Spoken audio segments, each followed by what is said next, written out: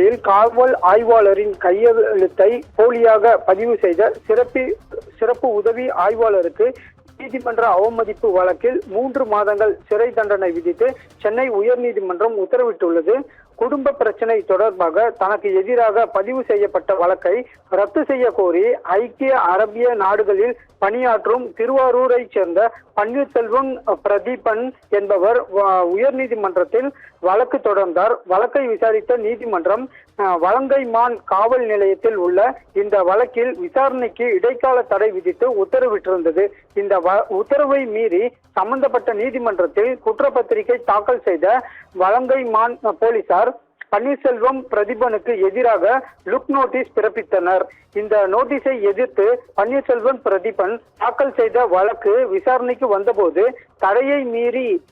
தடை உத்தரவை மீறி குற்றப்பத்திரிகை தாக்கல் செய்யப்பட்டதாக கூறி திருவாரூர் மாவட்ட காவல் கண்காணிப்பாளர், நன்னிலம் துணை காவல் கண்காணிப்பாளர் மற்றும் வலங்கைமான் காவல் ஆய்வாளர் ஆகியோருக்கு எதிராக நீதிபதி வேல்முருகன் தாமாக முன்வந்து நீதிமன்ற அவமதிப்பு வழக்கை விசாரணைக்கு எடுத்துக்கொண்டார். இந்த வழக்கு விசாரணைக்கு நேரில் ஆஜராக இருந்த காவல் கண்காணிப்பாளர் இந்த விவகாரம் குறித்த விசாரணையில் வலங்கைமான் காவல் ஆய்வாளராக இருந்த ரங்கராஜன் இடமாற்றம் செய்யப்பட்டது.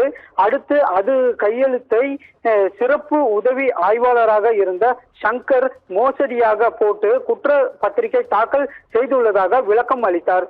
இதையடுத்து சிறப்பு உதவி ஆய்வாளர் சங்கரை வழக்கில் எதிர் மனுதாரராக சேர்த்து நீதிபதி உத்தரவிட்டார். வழக்கின் விசாரணைக்கு நேரில் ஆஜராக இருந்த சிறப்பு உதவி ஆய்வாளர் சங்கர் ஆய்வாளர் பணியிட மாற்றம் செய்யப்பட்டதால் குற்றப்பத்திரிகை தாக்கல் செய்ததாக தெரிவித்தார்.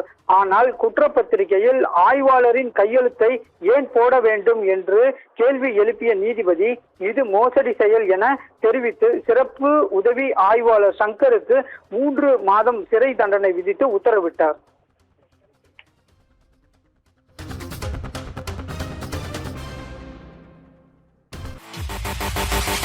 you